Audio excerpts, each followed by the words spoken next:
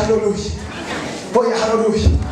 Mana yabwiye ngo ndakubwira umugambi wiwe w'umwami w'abantu nukugira neza bari mu gerageza. Urasoma neza Bibiliya. Urasoma neza Bibiliya. Bibiliya ngo ntabwo yazanywe n'abantu Yesu. N'abakize. Ntabwo yazanywe n'abakomeye. Ntabwo yazanywe n'abantu bakomeye. Yazanywe n'abantu ngo bagwaye. Abantu bagwaye ubukene. Abantu bagwaye ibyaha. Abantu bagwaye umubabaro. Abantu bagwaye agahinda. Abantu barushe. Abantu bibagiwe. Abantu batawe.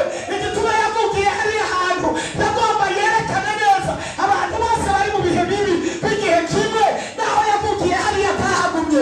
Ikindi gihe yagiye mu gihugu cyo mu ijuru. Hari ikindi gihugu n'amaze kujyana mu ijuru. Haleluya. Kuko yageragejwe ashobora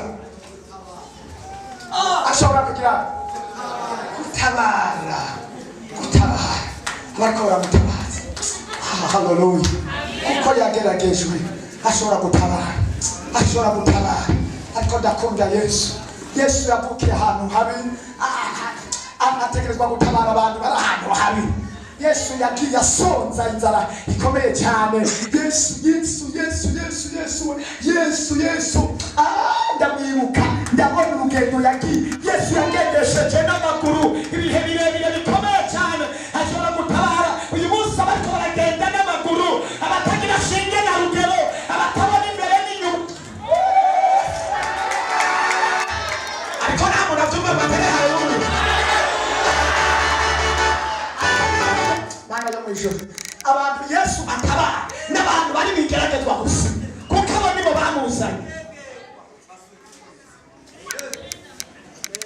Yesu yaza batagira shinge na rugero batagira n'ikintu na kimwe batagira abantu b'inkengero.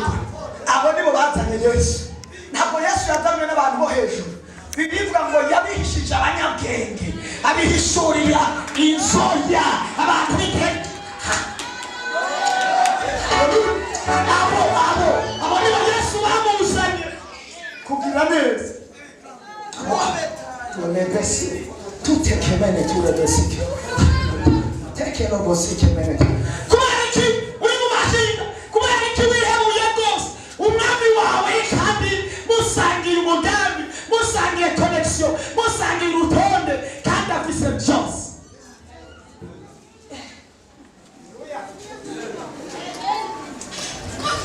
Igihe kimwe nagendanye n'umuntu uwo muntu yari umuntu muto umurabye inyambaro nuko yari yabona umengana umuntu muto cyane. Hanyuma agera ahantu kuri bariyeri hariho umuntu hari kera hari hakiri abantu bitwa abajandarume. Hanyuma rero baramuhagarika abo bajandarume baramufata mbere baramusuzuma bamurutsa mu modoka nawe umurabye n'indaringesho nuko yari umuntu umenga ntawe wabafise. Bamufashe bamushyira hejuru arababwira ngo kandi nimundeke nigendere ngo nitukureka. Baramucumbagiza ngo yicara bakwega ariko aravuga ngo kandi nda telefone. Baramubaza ngo telefone iki ngo icyo telefone ngo ni ndakukibabwira se ngo ko mundenganya kandi nda telefone. Umwe wese ngo nawe ngo mfise ibi ku telefone. Ndakubarire ndakubwire mwene data nimba ufise iyo telefona niba gusuzugura wicecekere mugabo wowe witelefone niba kugwanya uhore ariko wowe witelefone. Abafise no telefone. Haleluya.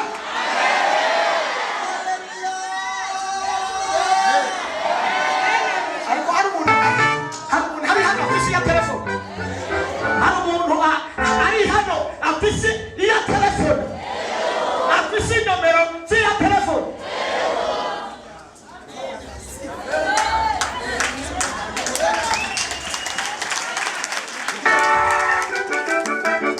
Igihe kimwe nararyohewe rero ndababwira hari banga mbere ngomba kubabwira.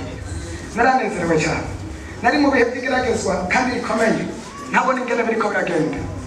Uwo muntu mumbyurire mbona ariko aratelefona n'abandi bantu. Twebwe turi mu bindi bihe abandi bariko baragutelefona bagutwara abazimu.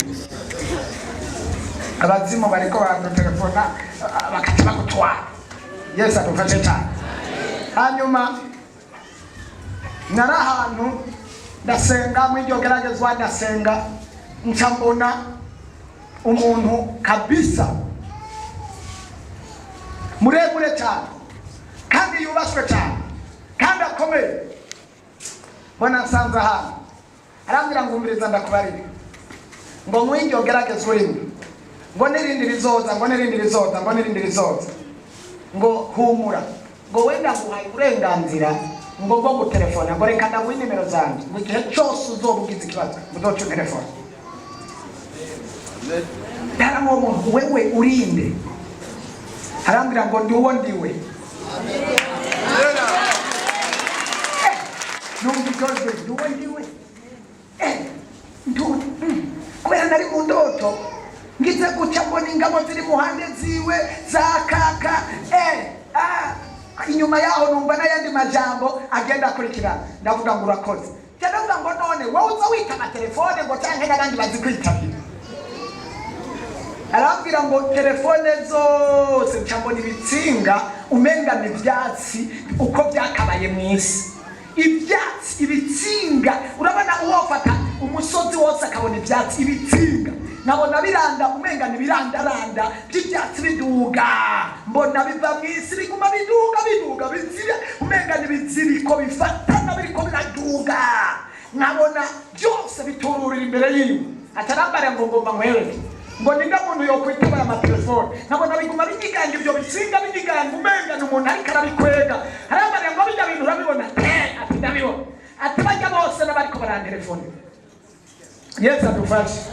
Ngo kandi bajya bose batelefona muri rusange. Ngo baratelefona ngo kandi izi telefone zose mbona asa n'ubugize gucya ngo zose ndiko ndazumva. Ngo kandi zose ndazisubiriza icyarimwe. Ngo harababwira ndindire, ngo harababwira ngo rindira, harababwira ngo ndishuye, hari abandi ngo abo ndindiriza nabo nishurira aho nyene. Ngo ariko wewe ndaguhaye nimero uzohituma magara umwanya wari wo wose. Nararyohewe uwo munsi nahatswe kwiruka nk'umusazi.